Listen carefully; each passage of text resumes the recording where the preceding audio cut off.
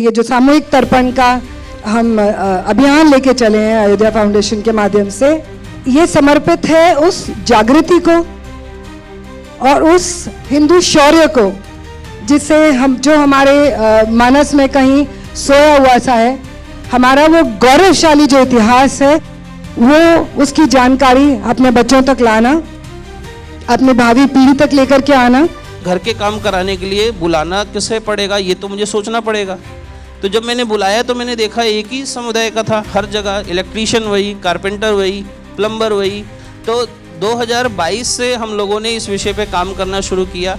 और आप भारत के किसी भी क्षेत्र में हैं, अगर आपको अपने घर में कोई ऐसा व्यक्ति चाहिए जो उस बड़ी किताब से प्रेरित ना हो, तो आप हमसे संपर्क कर सकते हैं। हमारे बच्चे दिया नहीं जलाते हैं, उनको अपने भगवानों के बारे में कुछ पता ही नहीं है, कभी उन्होंने एक गुरु का चेहरा नहीं देखा है। मंदिर भी जाते हैं तो एक हाँ चलो पापा बोल रहे हैं, मम्मा बोल रहे हैं, मंदिर गए, एक सेकेंड बैठ गए, वापस आ गए। हम अमिता जी के नेतृत्व में कुछ 6 वकील हैं जो 1 साल में सनातन का तुम इंसल्ट करो, हम कोर्ट जाएंगे, 10 से ज्यादा केस फाइल कर चुके हैं। भारत का हिंदू समाज जब तक पाकिस्तान और बांग्लादेश के हिंदुओं के लिए पूरी चेतना से शोर नहीं मचाएगा, पाकिस्तान और बांग्लादेश के 3 करोड़ हिंदू हम खोने की कगार पर हैं।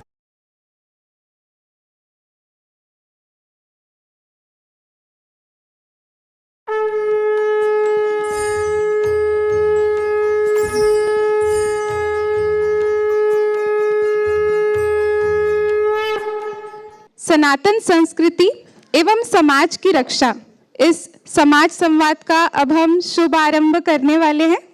इस मंच पर इस संवाद के सभी माननीय वक्ताओं को मैं सादर आमंत्रित करती हूँ। अधिवक्ता श्री मकरंद आडकर जी, श्रीमती मीनाक्षी शरण जी, श्री वीरेंद्र पांडे जी, डॉक्टर ओमेंद्र रत्नू जी एवं श्रीमती रति हेगड़े जी। अधिवक्ता अमिता सचदेवा जी, आप सभी से विनम्र विनती है, आप कृपया मंच पर अपना स्थान ग्रहण करें। सभी वक्ताओं का आगमन अभी मंच पर हो रहा है। अब हम हमारे वक्ताओं का सम्मान करेंगे। आज इन वक्ताओं का सम्मान हिंदू जन जागृति समिति की ओर से श्री आनंद जकोटिया जी करने वाले हैं। आइए हम इन प्रतिष्ठित वक्ताओं का संक्षिप्त परिचय प्राप्त करते हैं।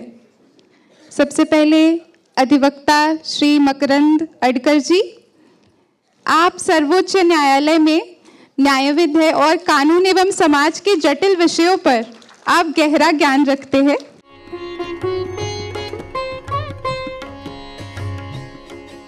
हमारी अगली वक्ता श्रीमती मीनाक्षी शरण जी, आप अयोध्या फाउंडेशन की संस्थापक हैं और बलिदानी पूर्वजों को श्रद्धांजलि देने वाली तर्पण यात्रा जैसी प्रेरणादायी कार्यों के लिए आप जानी जाती हैं।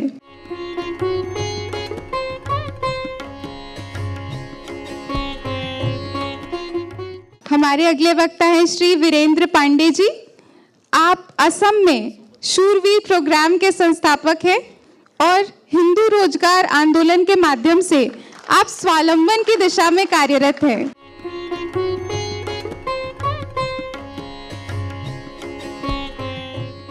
हमारी अगली वक्ता हैं अधिवक्ता अमिता सचदेवा जी, आप हिंदू जनजागृति समिति से जुड़ी हुई हैं और आज आप ही इस महत्वपूर्ण संवाद का संचालन करने वाली हैं। अधिवक्ता अमिता सचदेवा जी।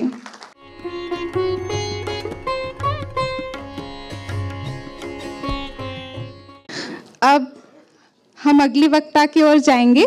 श्रीमती रति हेगड़े जी, आप एक जानी मानी लेखिका एवं स्तंभकार हैं जो भारतीय परंपरा और समाज जागरूकता पर अपनी स्पष्ट राय रखती है। श्रीमती रति हेगड़े जी।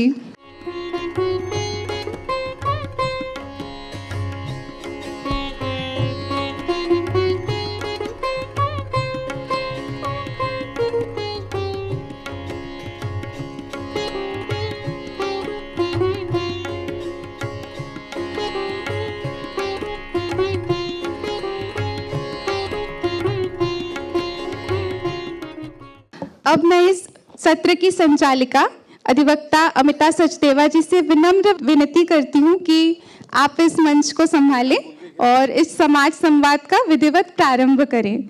अधिवक्ता अमिता सचदेवा जी।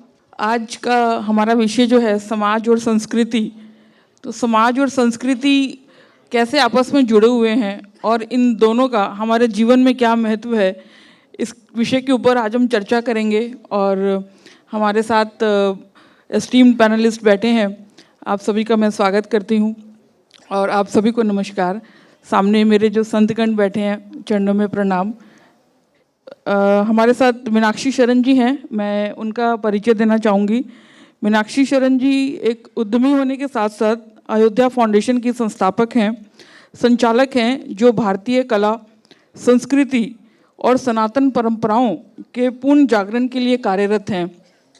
विगत 2 दशकों से संभवतः वे एकमात्र ऐसी भारतीय आवाज़ हैं जो लगातार बिना लाग लपेट 1947 के विभाजन की वास्तविकता पर बोलती और लिखती आई हैं।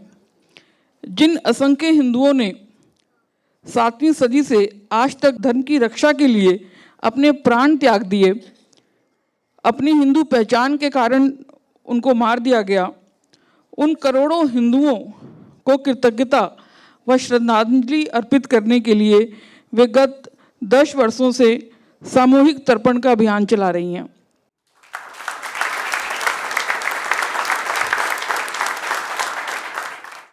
उनके राइट में सीनियर एडवोकेट श्री मकरंद अटकर जी बैठे हैं, जो सुप्रीम कोर्ट में अधिवक्ता हैं। श्री मकरंद अटकर जी ध्यान प्रबोधिनी पुणे के फुल टाइम वॉलंटियर रहे हैं, सनातन कल्चर को फॉलो करते हैं और 1990 से दिल्ली में प्रैक्टिस कर रहे हैं।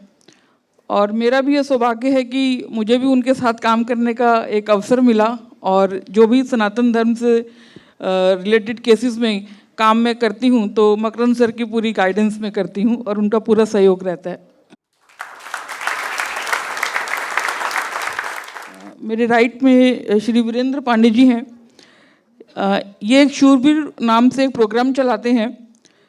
शूरवीर प्रोग्राम एक प्लेटफॉर्म है जो पूरे भारत में काम कर रहा है। जैसे कि अगर आपको अपने घर में कोई भी ऐसा व्यक्ति नहीं चाहिए जो आपको नुकसान पहुंचा सके, तो आप इनके व्हाट्सएप नंबर पर 9458758638 पर एक मैसेज करें, जहां एक डेडिकेटेड स्टाफ आपको मिलेगा हर कार्य के लिए, जो लोकल होगा और सनातनी होगा। जैसे हम अर्बन क्लैप यूज़ करते हैं, इसी प्रकार का इनका एक प्लेटफॉर्म है।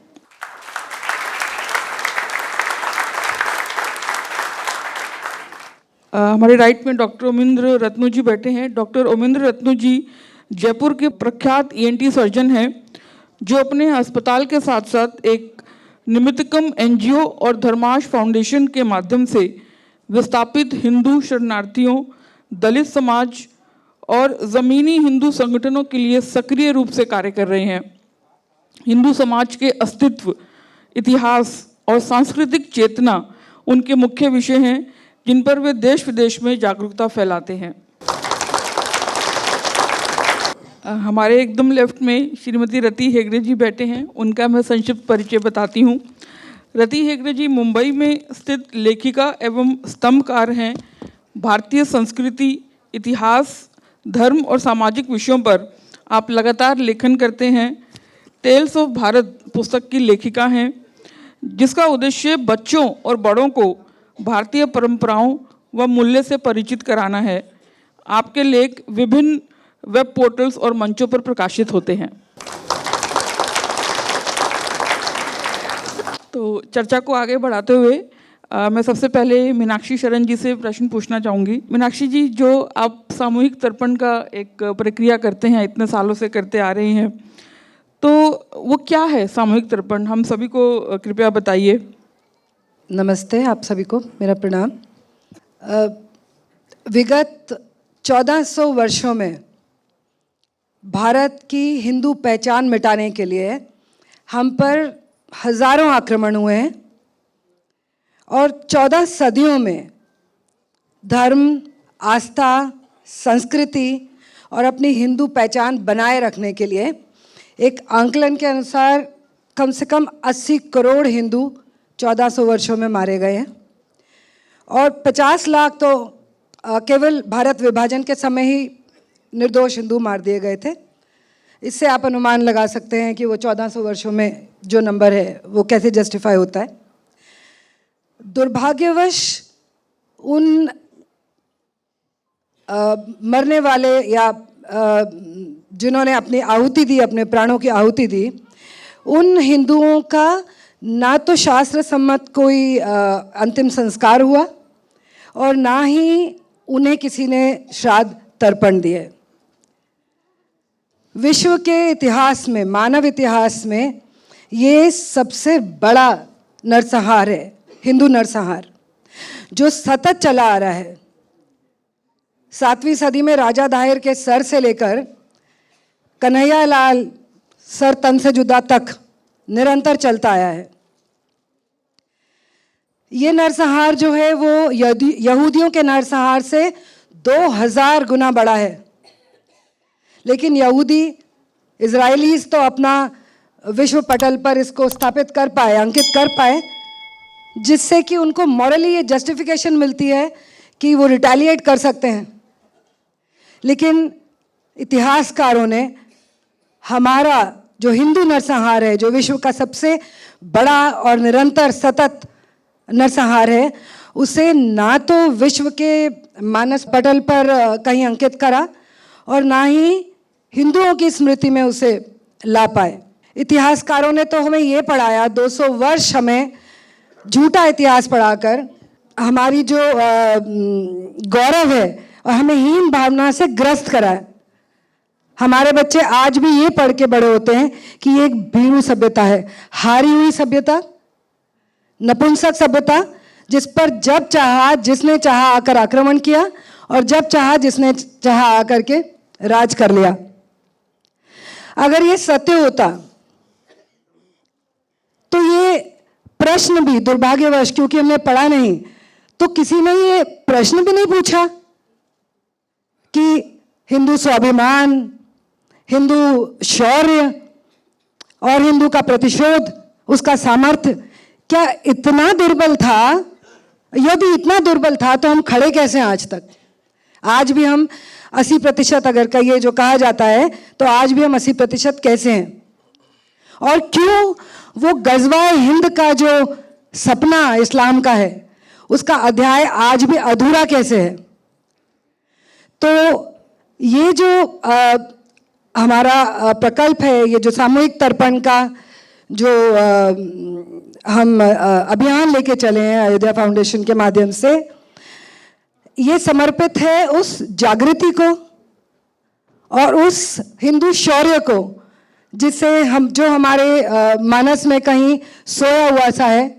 हमारा वो गौरवशाली जो इतिहास है, वो उसकी जानकारी अपने बच्चों तक लाना, अपनी भावी पीढ़ी तक लेकर के आना, अपनी भावी पीढ़ी को सच्चे इतिहास का बोध कराना, शत्रु की मानसिकता का बोध कराना, ताकि वो अपनी रक्षा कर सके। अपनी रक्षा, अपनी सुरक्षा का बोध जो उसे हो तभी होगा जब वो जानेगा कि वो किस गौरवशाली सभ्यता का वंशज है। और जो ये हमारे परंपराएं हैं, जो हमारी धार्मिक परंपराएं हैं, जो कि शास्त्र हम पर जिनका दायित्व सौंपते हैं, प्रतिदिन तर्पण करना हर ज्ञात और हर अज्ञात पितृ का, तो ये धार्मिक, मानसिक, शास्त्र सम्मत और शौर्य जगाने के लिए जो है ये अभियान है जो हमने चलाया है।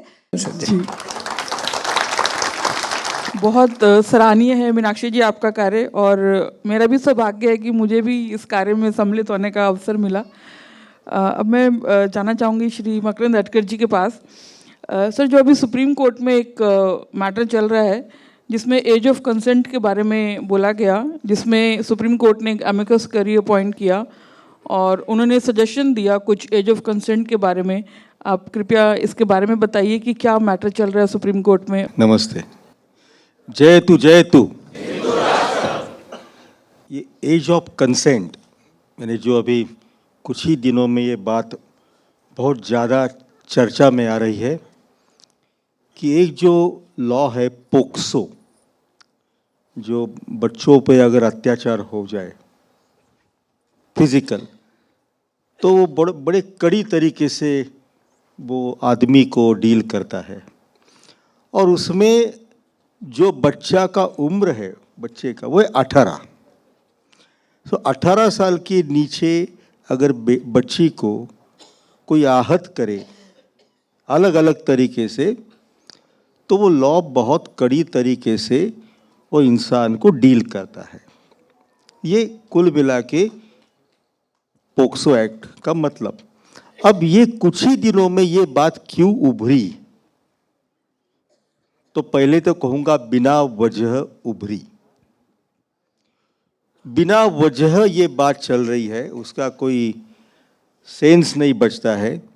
सुप्रीम कोर्ट में निर्भया जो घटना हुई, जो एक बेटी को बहुत गलत तरीके से उस पर अत्याचार करके उसका उसमें निधन हो गया, वो स्वर्गवास हो गया, उस घटना के परिप्रेक्ष्य में एक रिट पिटीशन सुप्रीम कोर्ट में फाइल हो गया कि बेटियों को, औरतों को ज़्यादा से ज़्यादा प्रोटेक्शन दिया जाए, अलग अलग तरीके से प्रोटेक्शन दिया जाए बेटियों को, औरतों को पब्लिक प्लेसेस पे, ट्रांसपोर्ट पे वगैरह वगैरह।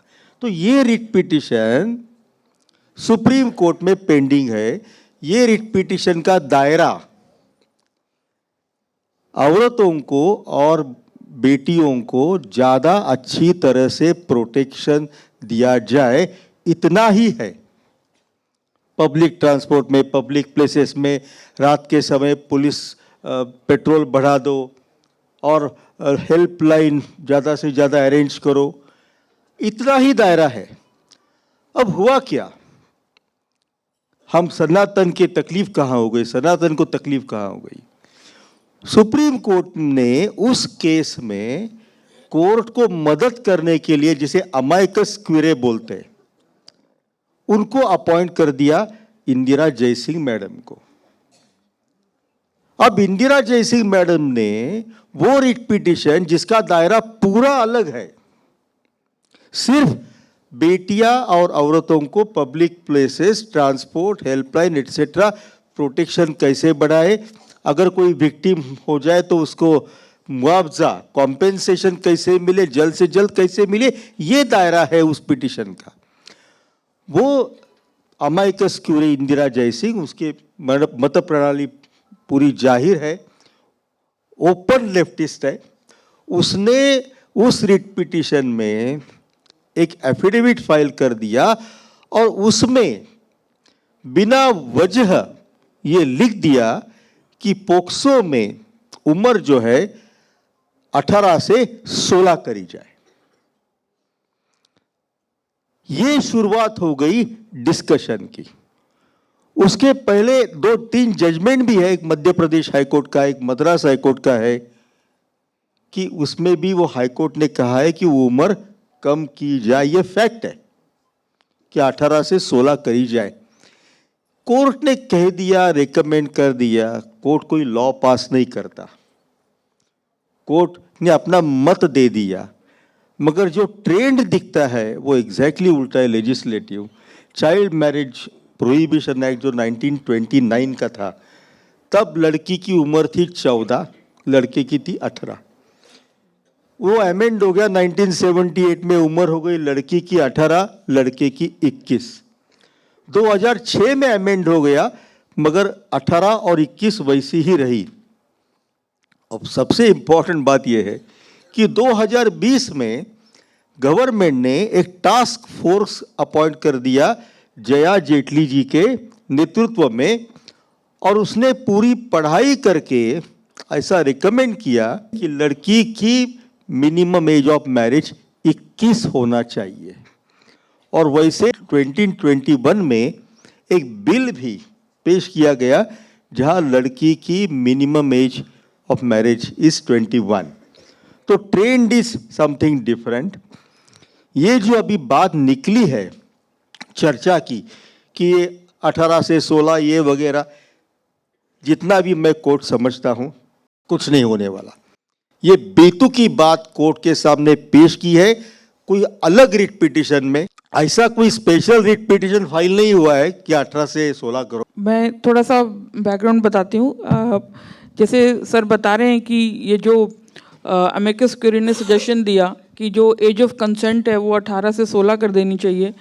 सो age of consent to have sexual relationship, जैसे कि हमें पता है कि 18 साल जो है 18 साल की जो आयु है वो उसके ऊपर के जो लोग हैं उनको मेजर कहा जाता है और उनके उससे कम की आयु को माइनर कहा जाता है।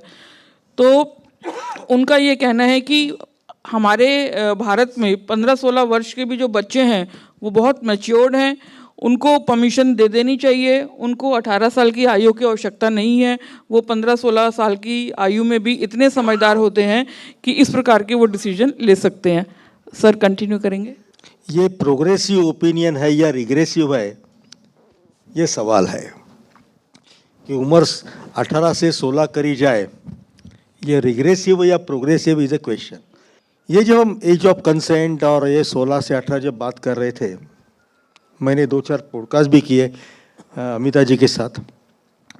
फिर हमने पढ़ाई करके हमको समझा कि ये रिट पिटिशन में जो एफिडेविट है वो पूरा बेतुका है। तो क्या करेगी सुप्रीम कोर्ट? मैं 2 जजमेंट मेरे साथ लाया हूं। जब लॉ होता है, लॉ जैसे उम्र अगर 18 है स्टैट्यूट में, तो सुप्रीम कोर्ट वो उम्र चेंज नहीं कर सकती आर्टिकल 142 में। वो बाद में देता हूं मैं। मगर एक बड़ी इंपॉर्टेंट बात हमारे ध्यान में आई जो हमने अमिता जी से शेयर करी कि हमारे व्यवस्था में, सनातन व्यवस्था में आश्रम थे, ब्रह्मचर्य आश्रम, गृहस्थाश्रम, वानप्रस्थ और संन्यास।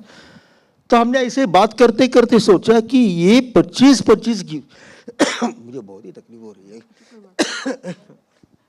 मैं अभी वीरेंद्र पांडे जी के पास जाना चाहूँगी। वीरेंद्र जी, जो आपका प्लेटफॉर्म है शूरवीर, इसके बारे में हम सभी को बताइए और ये क्या आपको सूझा ये प्लेटफॉर्म एक चलाने के लिए, उसका क्या कारण था, ये बताइएगा। जय श्री राम।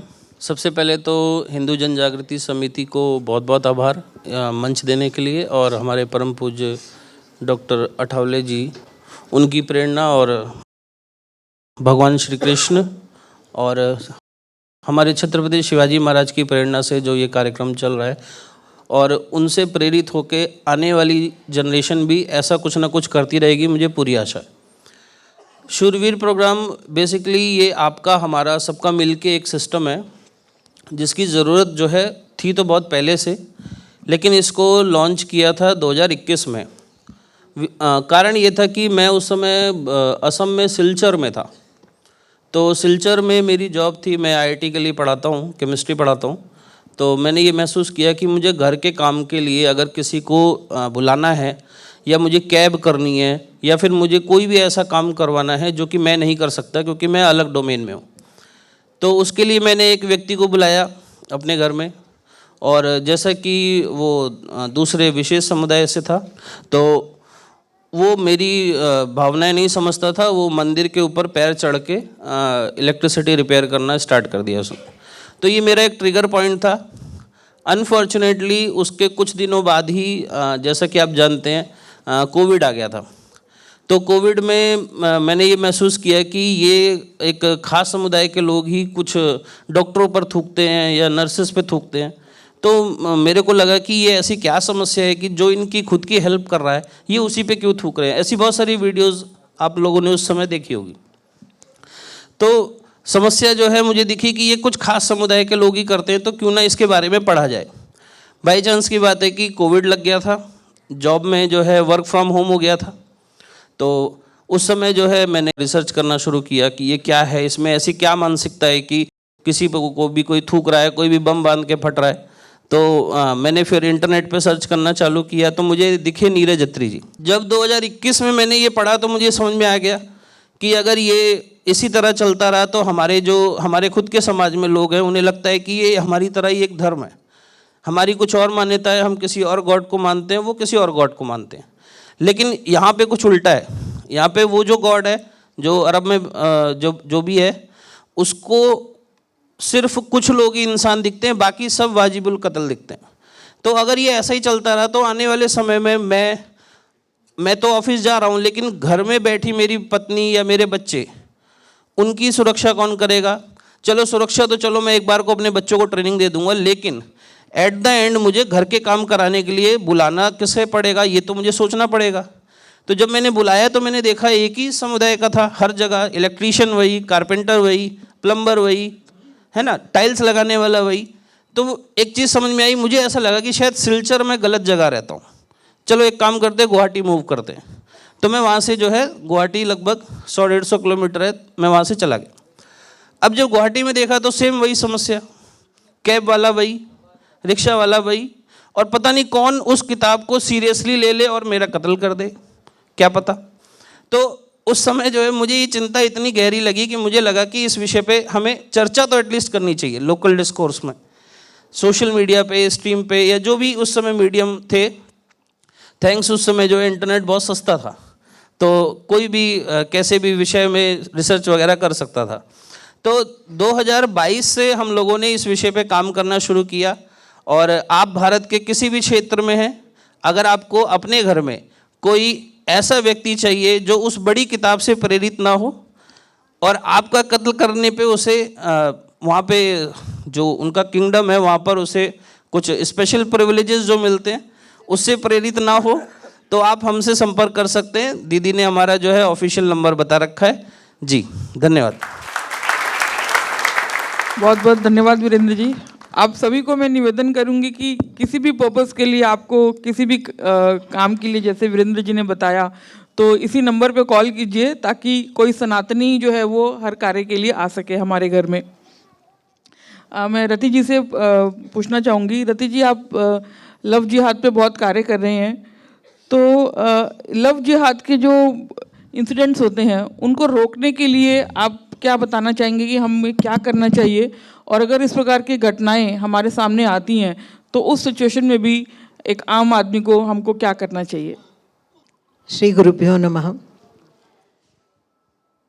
अब कुछ देर से हम सुन रहे हैं, हर कोई एक पर्टिकुलर कम्युनिटी की बात कर रहा है, नाम नहीं ले रहा है कम्युनिटी की, लेकिन फिर भी आई एम श्योर आप सबको पता ही लग गया होगा कि कौन से कम्युनिटी के बारे में बात कर रहे हैं।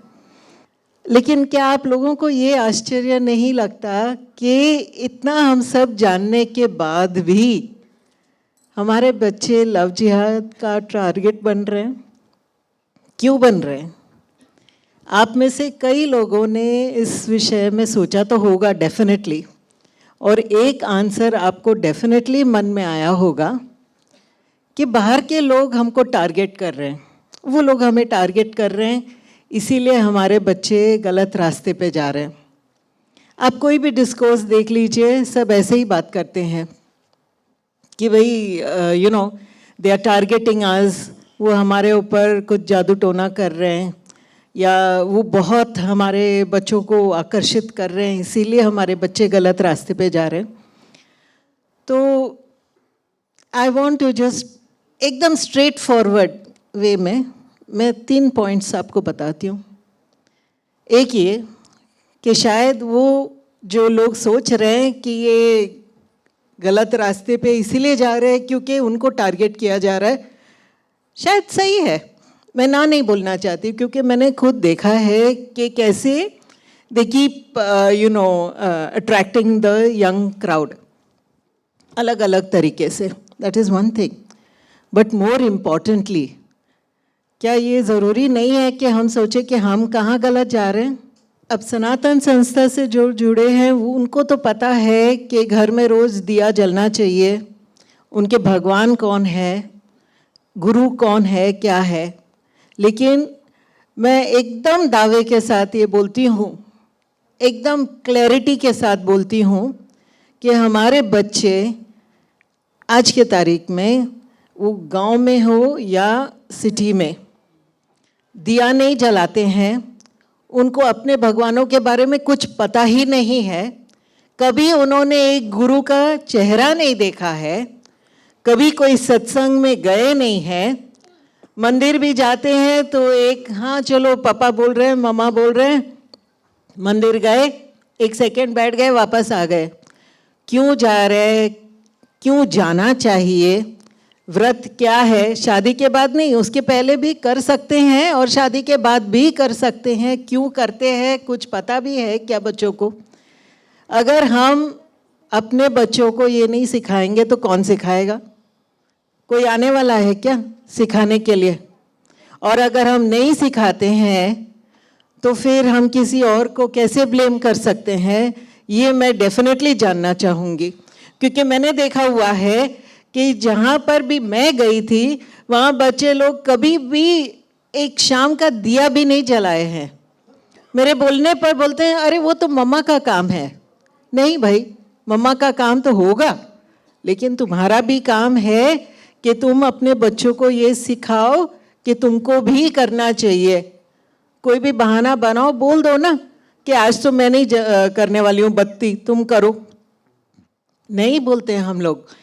कोई भी दूसरे धर्मों के अगर लोगों को आप देखेंगे तो वो अपने बच्चों को रिलीजन के बारे में सिखाते हैं, रिलीजियस क्लासेस में भेजते हैं, फ्राइडेज संडेज वगैरह भेजते हैं। हम तो मंदिर भी नहीं भेजते हैं। कहाँ हम भेजते हैं? सच बताइए। अब भाई साहब ने बताया कि कुछ दूसरे धर्म के लोग हमारे घर आते हैं तो हमको दिल धक धक होता है, होता होगा। लेकिन आप में से कितने लोग जानते हैं कि हमारे बच्चे जब कुछ खरीदने जाते हैं वो तो देखते नहीं है ना कि किसके दुकान से क्या खरीद रहे हैं, कि वो सही तरीके से बेच रहे हैं कि नहीं। हम तो सिखाते हैं क्या? नहीं सिखाते हैं ना, क्योंकि हमारे खुद के पॉलिटिशियंस और जो इन्फ्लुएंसर्स हैं वो तो बोलते रहते हैं कि Hinduism is just a way of life.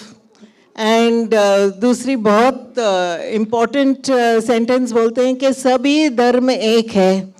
जो भी इस भारतवर्ष में जन्मा है वो सब हिंदू हैं। अगर इन्फ्लुएंसर्स, टॉप पॉलिटिशियंस ऐसे बात करेंगे तो अगर आपने घर में ये नहीं सिखाया कि ये झूठ है, बच्चों को कैसे मालूम पड़ेगा? वो तो यही मान के चलेंगे ना कि सभी धर्म एक है।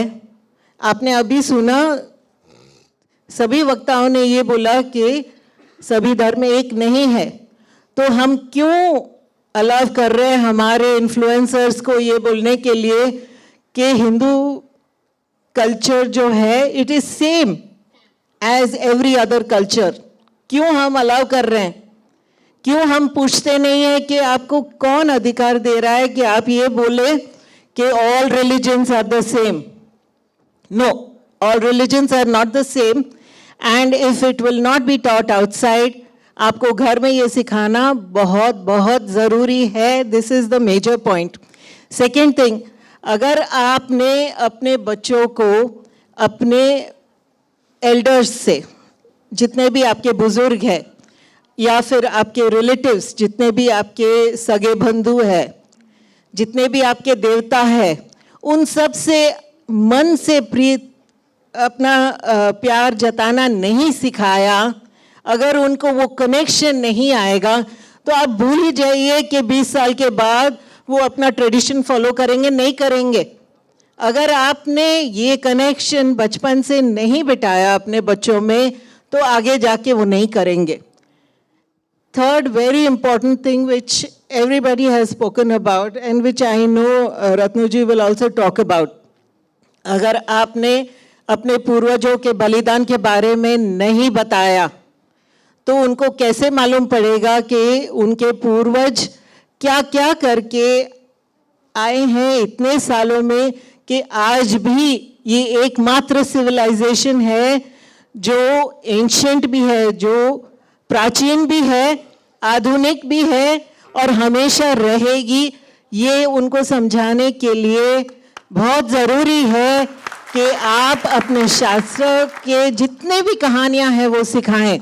भले वो महाभारत की कहानियां हो जहां पर वो अधर्म से लड़े, भले वो आज के तरीके कहानी हो जहां पर our ancestors have fought against Muslim invaders, against Christian invaders, and even जो अपने फ्रीडम स्ट्रगल में जो कुर्बानियाँ दिया है, जो कुर्बानी नहीं बोलना चाहिए, जो त्याग दिया है हमारे पूर्वजों ने, ये आपको सिखाना बहुत ज़रूरी है।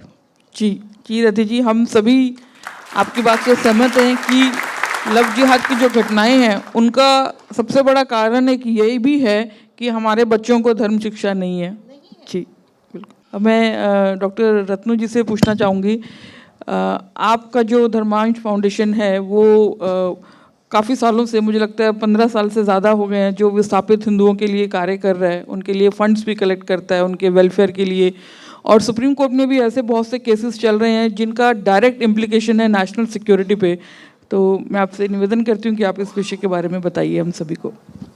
मकरंद भाई ने जहाँ पर बात छोड़ी थी वहीं पर आरंभ करता हूँ और फिर पाकिस्तानी हिंदू विषय पर चर्चा कर लेंगे।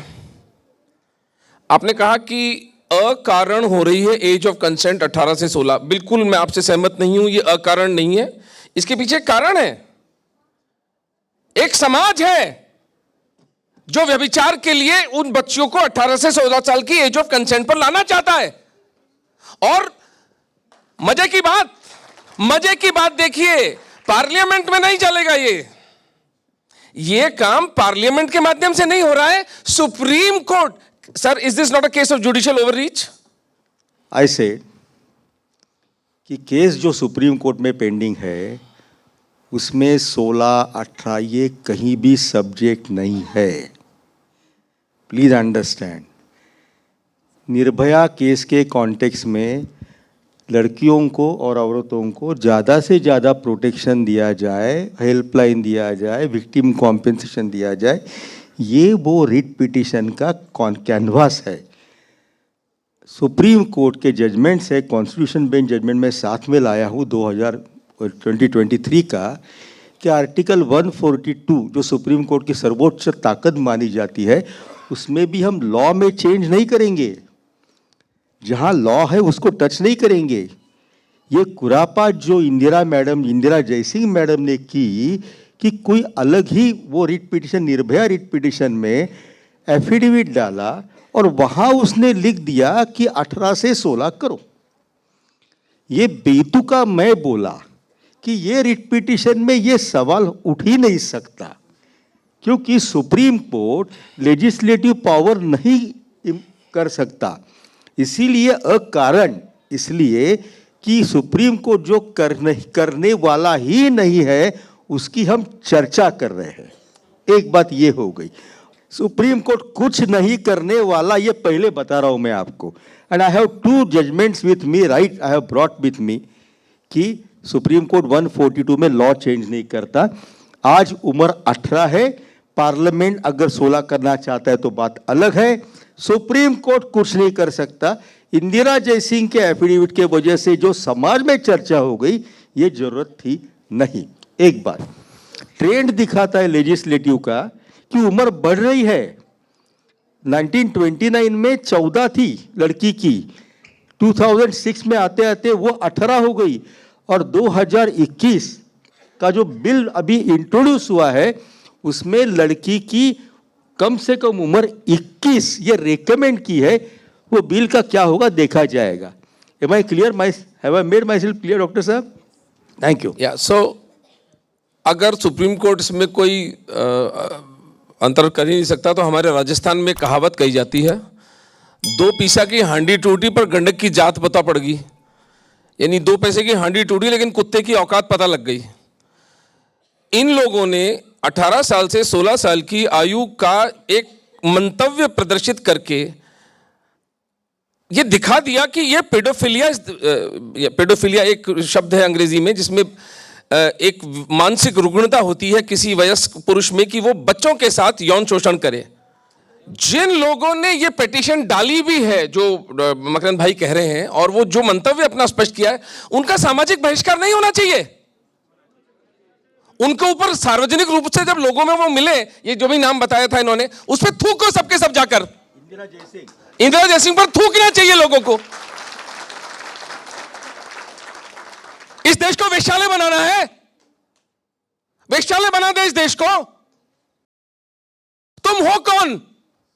मुझे तो पता नहीं उसके कितने बच्चे हैं। इस देश में एक शराब खाने में अगर आप जाएंगे तो आपसे आयु का एक प्रमाण पत्र मांगता है, वो बाहर खड़ा जो बाउंसर है, कि आप 25 साल की उम्र की आपकी आयु है। 25 साल की आयु चाहिए शराब पीने के लिए, 21 वर्ष की आयु चाहिए वोट डालने के लिए, यौन संसर्ग करने के लिए 16 वर्ष की आयु चाहिए। ये कौन लोग हैं? ये कहां छुपे हुए थे अब तक बिलों के अंदर जो निकल निकल के आ रहे हैं? और ये चाहते क्या है इस देश के अंदर? 16 साल की बच्ची 10वीं में होती है, उसे क्या बोध होता है अपने पराये का? इस विषय पर पूरी गंभीरता से इसको अपोज किया जाना चाहिए, जिसके अंदर मेरा सौभाग्य है कि धर्मांश फाउंडेशन के रूप में मैं इसमें एक्टिवली इन्वॉल्व हूं। धर्मांश फाउंडेशन का काम है हिंदू समाज को जहां भी धन की आवश्यकता होती है, मेरी और हमारे फाउंडेशन की यथासंभव हम धन की सहायता करते हैं। जो वकील इस केस को लड़ रहे हैं उन तक हमने पैसा पहुंचाया है और आगे भी हम पहुंचाते रहेंगे। ये केस हम जीत कर रहेंगे, हारने का कोई प्रश्न नहीं उठता है। लेकिन एक दो भयानक केस इस वक्त सुप्रीम कोर्ट में चल रहे हैं और जिसके बारे में सुप्रीम देश को पता नहीं है, समाज को, हिंदू समाज को पता नहीं है। शायद आप लोगों को पता हो क्योंकि आप जागृत हिंदू हैं। धर्मांतरित दलित सहोदर को रिजर्वेशन दिया जाए। क्यों मकरंद भाई चल रहा है ना? मुझे बताएं कि जब इस देश में या पूरे विश्व के अंदर हिंदू धर्म को गालियां देनी होती है तो जाति व्यवस्था को गालियां दी जाती हैं। फिर धर्मांतरण करने के बाद भी रिजर्वेशन का बेनिफिट चाहिए। ये दूसरा केस है जिसके अंदर हमारा फाउंडेशन इन्वॉल्व है और लगा हुआ है और इसको हम भी लॉजिकल एंड तक फाइट करेंगे। तीसरा केस जो बहुत महत्वपूर्ण है और जिस पर मेरे को कहा गया था कि मुझे बोलने के लिए मुझे जयपुर से बुलाया गया है,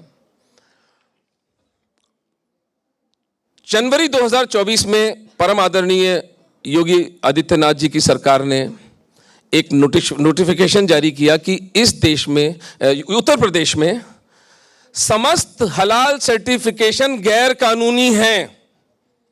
कमाल का सर्टिफिकेशन, कमाल का नोटिफिकेशन उस सरकार ने जारी किया। मुझे तो विश्वास भी नहीं होता, मैंने पहली बार पढ़ा कि वाकई इस तरह के नोटिफिकेशन कोई सरकार निकाल सकती है। इस देश के अंदर रेलवे में हलाल मांस सर्व होता है। इस देश में रेलवे में आप हलाल मांस खाते हैं। बीकाजी का प्रोडक्ट, अमूल की चॉकलेट, पतंजलि के योग प्रोडक्ट सब हलाल सर्टिफाइड हैं। अपनी मौत खुद फंड कर रहे हैं हिंदू। लेकिन योगी जी ने जब नोटिफिकेशन दिया तो हमारे देश का जो अल्पसंख्यक वर्ग, जो अल्पसंख्यक नहीं है, वो इसको सुप्रीम कोर्ट में ले गए और मामला अभी सुप्रीम कोर्ट में लंबित है। हमें अंदाजा है हलाल अर्थव्यवस्था कितनी घातक चीज है।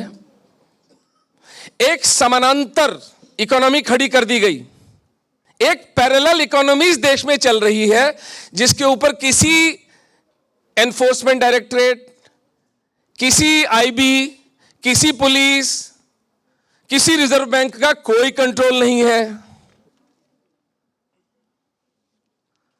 हम उस पानी के जहाज में बैठे हैं जो दिन दिन 1-1, 2-2 फुट पानी में डूब रहा है और हम क्रिकेट, बॉलीवुड, थीम पार्टियां,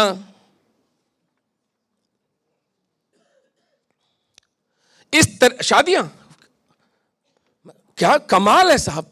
बस 15-15, 20-20 करोड़ की शादियां करते हैं हिंदू, जैसे कि भगवान राम और सीता का विवाह हो रहा हो यहां पर। बस इसके बाद तो कुछ हुआ ही नहीं। जब तक समाज इन चौतरफा आक्रमणों के प्रति सचेत नहीं होता, जो कि जुडिशियल एक्टिविज्म के माध्यम से हम पर डाले गए हैं, थोपे गए हैं, और कोई जुडिशियल जज या कोई भी जो न्यायपालिका होती है वो पब्लिक ओपिनियन को नज़रअंदाज, उसको दरकिनार नहीं कर सकती। इसीलिए मकरंद भाई, रति जी, मीनाक्षी जी, हम सब लोग अपनी सुरक्षा और अपना चैन, सुख चैन दांव पर लगाकर हिंदू समाज को जगा रहे हैं कि इस देश में ये षड्यंत्र चल रहे हैं और इन षड्यंत्रों को केवल हमारी जागृति रोक सकती है। चोरी रोकने के लिए चौकीदार चोर को पकड़ता नहीं है, चोरी रोकने के लिए चौकीदार की उपस्थिति पर्याप्त है। जिस दिन ये समाज जाग गया उस दिन कोई भी हमारी बच्चियों के साथ 18 साल से 16 साल की कर दे, 16 पे क्यों रुकते हो? 9 का कर दो पीडोफिलिया को भी लीगल। तो समाज जागे, समाज अपमानित करे उन लोगों को जो इस तरह के गंदे, घिनौने, बदबूदार नियम कोर्ट के माध्यम से लाने की चेष्टा कर रहे हैं। पहले प्रश्न में यही है। मैं पाकिस्तानी हिंदुओं पर दूसरे चरण में बात करूंगा। धन्यवाद। जी डॉक्टर रत्न, आपकी जो संस्था कार्य कर रही है वो सराहनीय है। मीनाक्षी जी, मैं आपसे पूछना चाहूँगी कि एक तो आपको जो आप सामूहिक तर्पण का कार्य कर रही हैं इतने वर्षों से, इसकी प्रेरणा आपको कहाँ से मिली और इस कार्य से कैसे जो है राष्ट्र निर्माण और पुनरुत्थान संभव है, इसके बारे में हमें बताइए। पहले बहुत शॉर्ट में बोला था तो 2 से मैं आगे जाऊंगी, सिर्फ इसलिए सो दैट पहला राउंड जो है वो सब तक पहुंच जाए। तो प्रेरणा की जैसे आप बात करते हैं तो वो यहाँ से शुरू होती है कि जैसे अब हम सारी सबकी बातों का निचोड़ है ये। मेरे आपको सबको जैसे मैंने बताया कि 1947 की हम बात कर रहे हैं कि 1947 विभाजन में क्या हुआ। 50 लाख हिंदू जो निर्दोष हिंदू काट दिए गए रातों रात, 4 करोड़ हिंदू विस्थापित कर दिए गए, घर से बेघर कर दिए गए। एक सेकंड में अगर आपको आज कोई कहे आपके पास 10 मिनट का समय छोड़ के चले जाइए, आप क्या लेके जाएंगे, क्या छोड़ के जाएंगे? उनमें से भी कई बार ऐसा हुआ कि कोई आपका बच्चा जो है स्कूल गया हुआ है या कुछ है, तो अगर परिवार भाग रहा है तो कोई एक पीछे छूट गया। ये कहानी मेरे परिवार की है। मेरे माता पिता दोनों के परिवार वहाँ से आए थे। I am just saying all this in short. और हमारे पूरे परिवार में सैकड़ों कहानियाँ हैं जहाँ पे कहीं पे अपने बालिकाओं की गर्दन स्वयं काटी है माता पिता ने। मेरे ताया जी ने 23 लोगों को मारा, काटना पड़ा उनको। मेरी 2 बुआओं जो है वो अपने आप को बचाने के लिए कुएं में कूद गई। मेरी नानी की बहन, माँ की मासी, वो जो ट्रेन भारत आकर के रुकी उस लाशों के नीचे से वो जीवित पाई गई। उनका पूरा परिवार काट दिया गया था।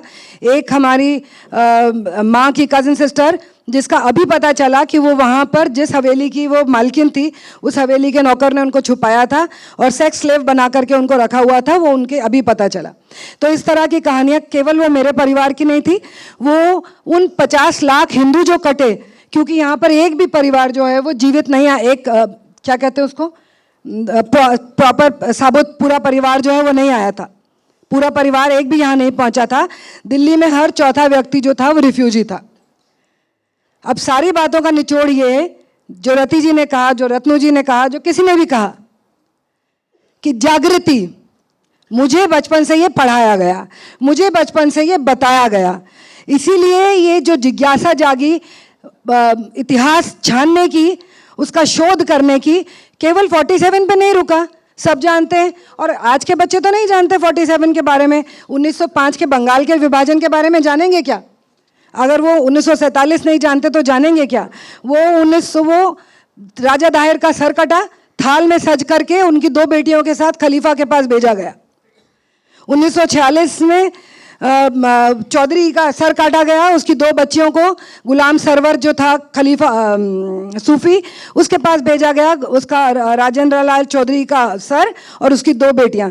तो कहानी आप ऐसे जोड़ेंगे, अगर समय नहीं है तो बिंदु पहले 7वीं सदी से जुड़ेगा और आज तक आएगा, जो 1990 में हुआ, जो अभी नूह में हुआ, जो कन्हैयालाल, जो आपकी अगर अवेयरनेस हो, आप लव जिहाद की बात करते हैं, अगर अवेयरनेस हो तो क्यों आपकी बेटियां इतने टुकड़ों में कट के कहीं पाई जाएंगी? घर में दीपक लगे या घर में पूजा हो।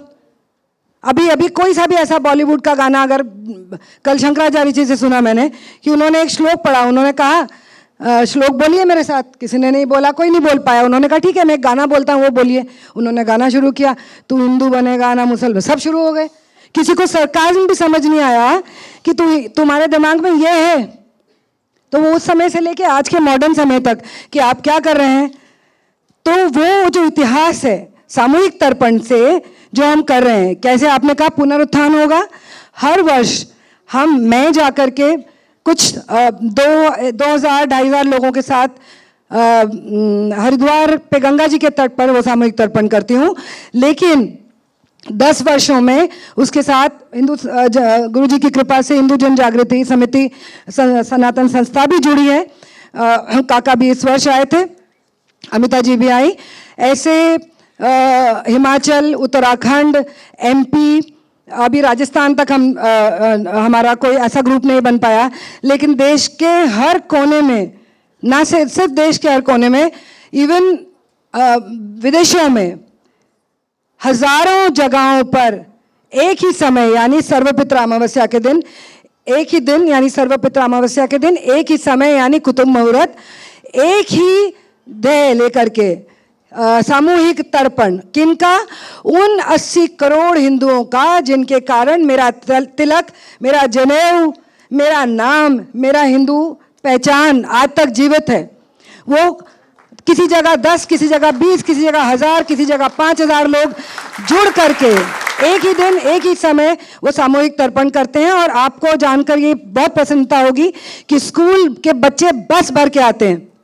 ऐसे आएगी जागृति, ऐसे होंगे सब एक साथ, ऐसे समझेंगे। वो बच्चे जब आके जनेऊ धारण करते हैं, जब उनको पंडित जी धोती जनेऊ धारण कराते हैं, और जब वो तर्पण करते हैं, तो उसके बाद वो तुरंत पूछते हैं कि अगले साल किस तारीख को होगा। उनकी जिज्ञासा, उनकी और दूसरी चीज़ ये कि जब हम बहुत लकीर को छोटा करते हैं, जब हम कंटिन्यूसली हम ये, हम वो, हम छोटे, हम ये नहीं कर पाए, हम हार गए, हम उसी मानसिकता को जो हमें बीज बोई जा रही है, जो हमें एलिनेट करे जा रही है, जो हमें चौतरफा, जिसे आप कहते हैं हमले, हर तरफ से। आप में से किसी ने नाम नहीं लिया, लेकिन मैं क्लियरली नाम लेती हूँ, चाहे वो इस्लामिक वर्ल्ड हो और चाहे वो क्रिश्चियन वर्ल्ड हो, वो दोनों और दोनों के फंड्स कंटिन्यूसली आपके ऊपर काम करते हैं। उनका एक ही काम है, वो 24/7 यही करते हैं। और हम क्या करते हैं? हम ऐसे कार्यक्रमों में, ऐसे आयोजनों में कब आते हैं? साल में 2 बार, साल में 4 बार। और हमारे साथ कितने बच्चे आते हैं, ये बात करिए। युवा कितने आते हैं जिनके बाल पक गए। हम तो जाने वाले हैं 10-20 साल में, हम नहीं जाएंगे इसको अपने साथ, तो क्या होगा? आप अपने बच्चों तक ट्रांसफर कर पा रहे हैं उस चीज़ को? तो जैसे इन्होंने कहा था शॉर्ट में कहिए, मैं इस पर नॉन स्टॉप बोल सकती हूँ, लेकिन यही बात है कि केवल यही है कि ये जागृति पहले अपने घर से, चैरिटी बिगिंस एट होम, पहले अपने घर से स्टार्ट होगी। उसका एक एग्जाम्पल है, जैसे रति जी ने कहा कि दीपक नहीं लगाते। दीपक नहीं लगाते, आप तो जब अपना कोई अनुष्ठान कर रहे होते हैं, आपका बच्चा शोर मचाए, कहते हैं बाहर जाके खेल, और वो मस्जिद में 1 साल का बच्चा भी लेके जाते हैं नमाज पढ़ने के लिए। वो अपनी पहचान पहन के घूमते हैं पिछले 10-20 सालों से, तो वो नॉन स्टॉप अपनी पहचान पहन के घूम रहे हैं। और हमारे बच्चों को वो अपने शॉर्टेस्ट शॉर्ट्स पहन के घूमती हैं हमारी बच्चियां, तो हमें फर्क नहीं पड़ता है। हमें लगता है ठीक है, कोई बात नहीं, दे आर मॉडर्न। हम भी अंग्रेजी पढ़ के निकले, लेकिन हमने प्रयास किया, हमने सीखा। आज भी मैं पूरा प्रयास कर रही हूं कि मैं शुद्ध हिंदी में बात करूं, मैं अपनी संस्कृति जानूं, मैं संस्कृत सीखूं, मैं श्लोक पढ़ूं। माना कि सरकारों ने नहीं पढ़ाया, 200 साल पहले अंग्रेजों ने नहीं पढ़ाया, फिर पिछली 70 साल आपको आज़ादी के बाद नहीं पढ़ाया, और अब जो है आज 10-11 सालों में भी ऐसा कोई बदलाव नहीं आया। लेकिन आपको अब स्वयं पढ़ने से किसने रोका है? आपको किसने रोका है कि आप किसी पंडित से, किसी शास्त्री से 4 श्लोक 10 श्लोक ही दिन करके सीख लें? तो ये काम हम ही को करना है। इसी जागृति से हमें समझ आएगा। जैसे इन्होंने कहा कि हमें अगर आवश्यकता पड़ती है तो प्लम्बर वही, मेसन वही, सब वही। ये किसके कारण हुआ? कुछ पॉलिसीज के कारण हुआ और कुछ आपकी शॉर्टकमिंग्स के कारण हुआ। पॉलिसीज का तो आप कुछ नहीं कर सकते क्योंकि वो आपके हाथ में नहीं है, लेकिन कॉन्शियसली आप ये तो कर सकते हैं। 4 प्लम्बर रिजेक्ट कर दीजिए, 5वां ढूंढिए, 6वां ढूंढिए। और अंत में मैं खाली आपको 2-3 चीज़ें बोलना चाहती हूँ, अगर आपके मानस पटल पर रह पाए, क्योंकि हमारी स्मृति में हमारी शौर्य की गाथाएं ही नहीं रह पाई। हमें तो यही कहा गया कि दरवाजे अंदर से खुले। No no no, it is not true. वहां से लेके वहां तक, वहां से लेके वहां तक हमारे वीर जो हैं उन्होंने अपने प्राण न्यौछावर किए हैं। जो योद्धा हैं वो स्वेच्छा से तलवार लेके खड़े हुए। क्या आपको पता है कि 50,000 हिंदू जो है वो सोमनाथ जी की रक्षा में मर गए? उन्होंने अपने प्राण दिए। उनके पास तलवारें नहीं थी, वो योद्धा नहीं थे।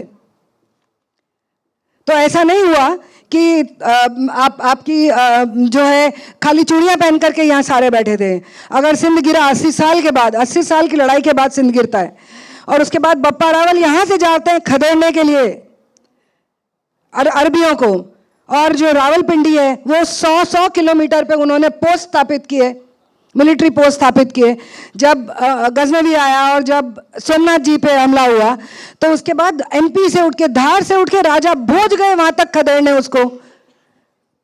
और जो यहाँ अभी एक इतना सा कह करके मैं बस करती हूँ, सोमनाथ जी के ही एक अंश का यहाँ पे भी प्रदर्शनी में रखा गया है, उसका थोड़ा सा मैं आपको बताती हूँ। जब मोहम्मद गजनवी आया था तो सलार मसूद उसका 11 साल का भांजा उसके साथ आया था। उसे बीटल ईटर कहते थे, माने पान सुपारी खाने वाला।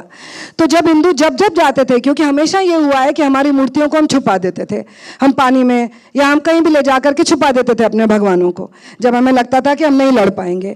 तो जब हिंदू जाते थे कि जो अंश बचे हैं वो तो हमारे लौटा दो, तो वो कहता था आगे से, जो सलार मसूद है वो कहता था कि चूने में घिस के पान में मिला करके मैं आपको इसके अंश दूंगा और इसके बदले आपको मतलब इतने टाइम सोना देना पड़ेगा। राजा भोज ने उसी समय प्रण किया था कि इसकी मैं वंश खत्म कर दूंगा। और जब वो दोबारा आया, बारीच में जाकर के 27 राजाओं का इकट्ठी एलाइट सेना ने जाकर के उस पर हमला किया, उसका सर धड़ से अलग किया। तो ये ऐसे जब भी समय हो, ऐसे ईश्वर की कृपा से ऐसे बिंदु जोड़ने में मुझे बड़ी वो योग्यता है, तो मैं आपको पूरा तब से लेके आज तक का इतिहास कभी भी बैठ करके बता सकती हूँ। अंत में खाली आपसे एक ही मेरी प्रार्थना है कि उन शब्दों का, जैसे मैंने प्रयास किया अंग्रेजी पढ़ के आने के बाद भी, एक समय हम जब छोटे थे तो हम भी यूं ही करके उठते थे, हमें भी नहीं पता था, तो हमें मार मार करके ये कराया गया, किताबें दी गई, पढ़ाया गया। तो कुछ शब्दों को बिल्कुल छोड़ दीजिए, 100% सब लोग एक ये बस इतना सा लिख लीजिए और प्रण कर लीजिए, हिंदुइज्म नहीं है, हिंदू धर्म है, हिंदू रिलीजन नहीं है। हिंदू रिलीजन कहना छोड़ दीजिए, हिंदुइज्म कहना छोड़ दीजिए। उसकी डिटेल्स आप, मैंने कहीं ना कहीं आर्टिकल्स लिखे हैं, आप पढ़ सकते हैं या खुद भी ढूंढ सकते हैं। बच्ची कहना छोड़ दीजिए, बच्चा बड़ा खतरनाक शब्द है और ये वहीं से आया है, बच्चा कहना छोड़ दीजिए। औरत कहना छोड़ दीजिए, बहुत गंदा शब्द है, महिला कहिए, बच्चियों के बदले पुत्रियां कहिए। ये ऐसे कुछ कुछ शब्द हैं, इन्हें हमेशा के लिए निकाल दीजिए। शादी मत कहिए, शाद ये हमारा शब्द नहीं है, बहुत गंदा शब्द अर्थ है उसका भी। विवाह कहिए, विवाह संस्कार कहिए। शहीद मत कहिए, शहीद कह करके अपने उस गौरवशाली इतिहास का, उन 80 करोड़ हिंदुओं का अपमान मत कीजिए जिन्होंने आपको हिंदू पहचान, मुझे मीनाक्षी शरण नाम देने के लिए अपने प्राण दिए, और मैं नहीं जानती इस बात को।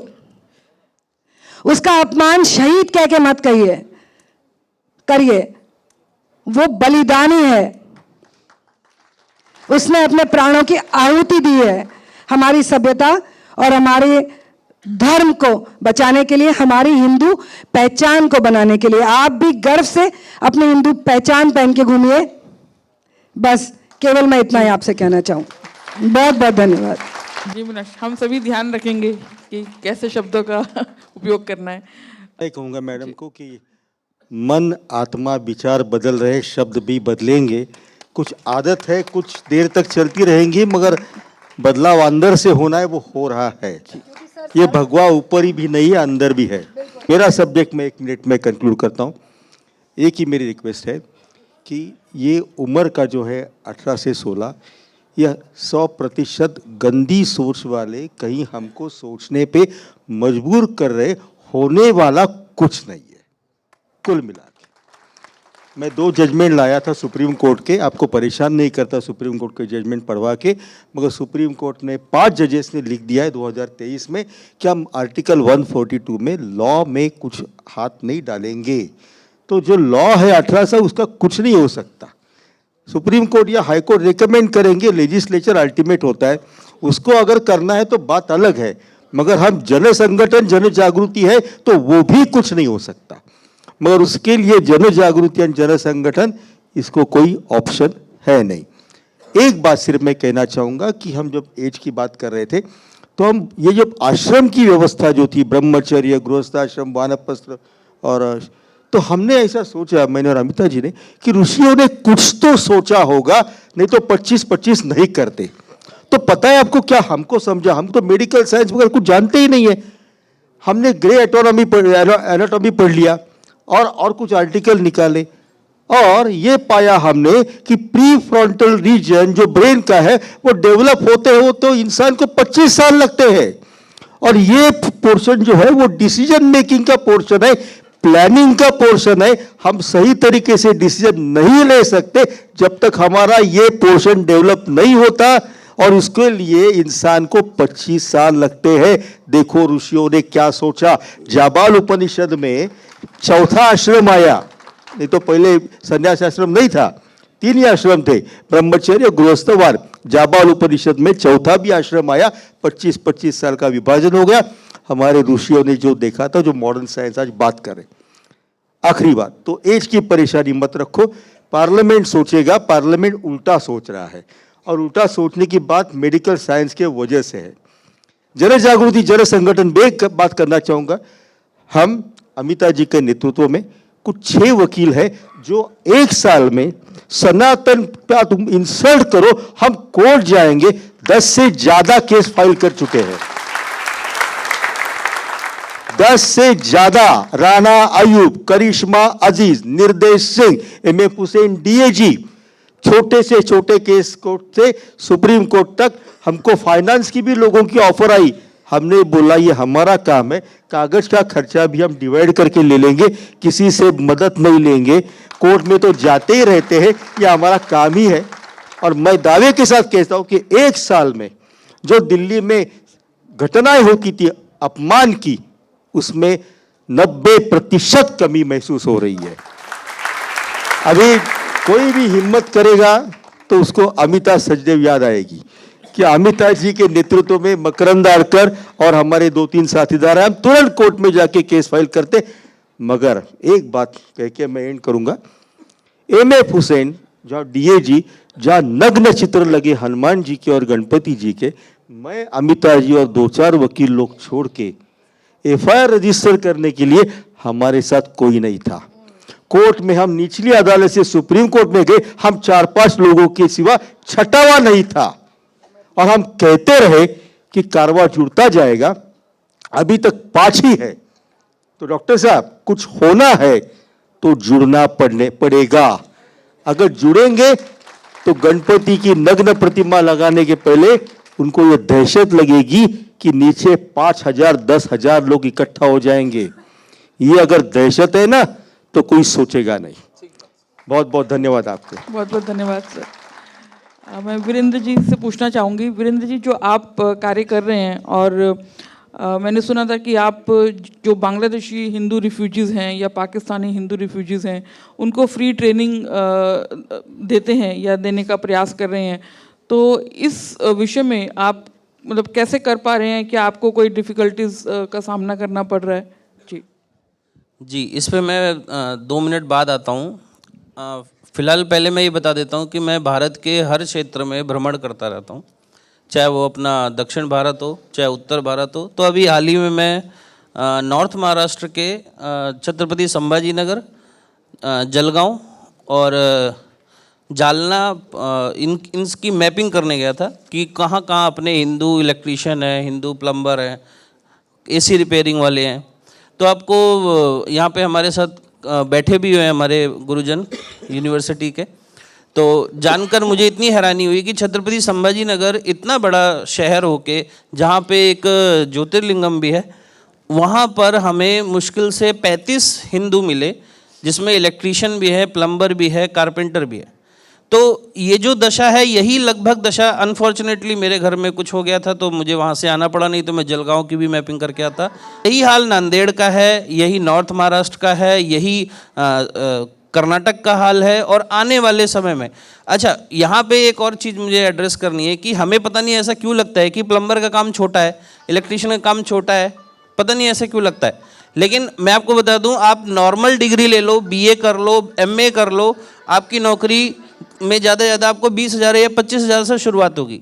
लेकिन मैं अगर आपको एक एसी रिपेयरिंग वाले की बात बताऊं तो वो सीज़न में 1 महीने में, मुंबई की अगर बात करूं तो 2.5 से 3 लाख रुपए कमाता है। वो कैसे छोटा आदमी हुआ? वो हम लोग को खरीद लेगा। हम लोग जॉब करके अगर हम 1.5 लाख रुपए कमाते हैं तो वो 2.5 से 3 लाख रुपए कमाता है। ये काम छोटे नहीं है। आप लोग, हम अपनी जनरेशन को पता नहीं ऐसी क्या शिक्षा दे रहे हैं कि हम लोग टाई पहन के एक ऑफिस में जाएंगे जहाँ पे 25,000 के ऊपर 500 का जो है टारगेट मिलेगा। ऐसा नहीं है। ये बहुत ही लुक्रेटिव जॉब्स हैं। ये प्लम्बर की दिन में 2-2, 2.5 हज़ार रुपये एक प्लम्बर कमाता है। कारपेंटर को अगर काम मिलता है एक घर का तो 5-5 लाख रुपए का ठेका लेता है वो, जो 15 दिन के अंदर अंदर वो निपटा देता है। आपने कैसे माना है कि एक छोटा काम है? आप लोग, मैं गुरुजनों से भी आग्रह करूंगा कि आप जो भी आपके भक्तजन हैं या जो भी आपसे मिलने आते हैं या जो भी हिंदू परिवार हैं, उनको ये बात बोलिए। क्योंकि मैं अभी यूनिवर्सिटी में जाके एक बच्चे से बात कर रहा था तो वो कह रहा था कि मैं इसलिए पढ़ने आ रहा हूँ क्योंकि मैं एक बार एमए कर लूँ और किसी तरह से ऑफिस में चला जाऊँ तो मेरे ऊपर टैग लग जाए कि मैं नौकरी करता हूँ। मैंने, हाँ, वाइट कलर जॉब। मतलब मैंने उससे पूछा कितनी सैलरी? कह रहा है 18,000 रुपये। मैंने कहा यार तू छोड़ ये सब, तू आ, मैं तुझे एसी की ट्रेनिंग देता हूँ, 1 से 1.5 लाख रुपए तू महीने का कमाएगा। ये सब छोड़, बेकार का ड्रामा है। तो हमारे समाज को ये भी सोचना होगा कि वो जो लड़का है जिसकी मानसिकता है कि उसकी शादी या विवाह हो जाए, उसके लिए उसे वो जॉब करनी है। तो ये आप लोगों को, हम लोगों को अपनी मानसिकता से हटाना पड़ेगा। और ये बहुत ही ल्यूक्रेटिव काम है, इनमें बहुत पैसा है। और अगर आप, मैं कहूँ तो ये जो 10% जिजिया लोग देते हैं ना, ये जो दूसरे समाज के, वो इसी में से निकाल के देते हैं। ये बहुत बड़ा धन है। ये ब्लू कलर जॉब्स में अथाह पैसा है। आप अपने बच्चों को स्कूल भेजे ना भेजे, लेकिन एक अगर बार्बर की ट्रेनिंग दे देना तो एक बार्बर महीने का 50 से 60 हज़ार रुपये कमाता है एक जगह बैठ के। सबसे पहले तो हमारे समाज को ये सोचना होगा कि ये छोटे काम नहीं है, ये बड़े काम है। ये मेहनत कम और अपने घर के पीछे रह के काम का हो सकता है। नौकरी के लिए उसे दिल्ली जाना पड़ेगा, उसे मुंबई जाना पड़ेगा, बेंगलोर जाना पड़ेगा। यहाँ पे वो अपने घर के पीछे काम कर सकता है।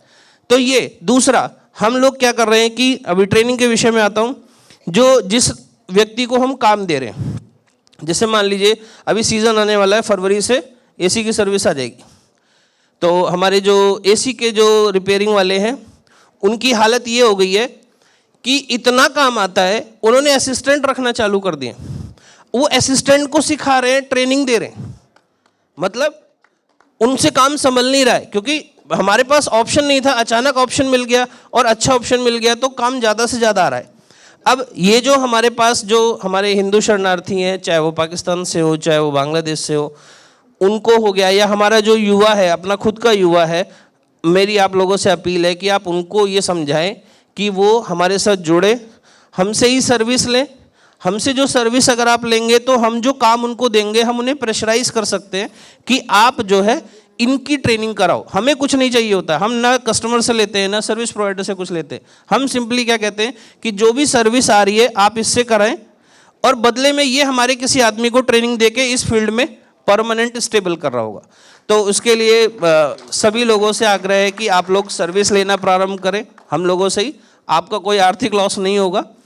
मीनवाइल बहुत सारे हिंदू हम लोग तैयार करके अलग अलग सिटी में प्लांट करेंगे, चाहे वो महाराष्ट्र का हो, चाहे कर्नाटक का हो, चाहे वो तमिलनाडु का ही क्यों ना हो। जी, ऑफिशियल नंबर है 9458758638, 9458758638।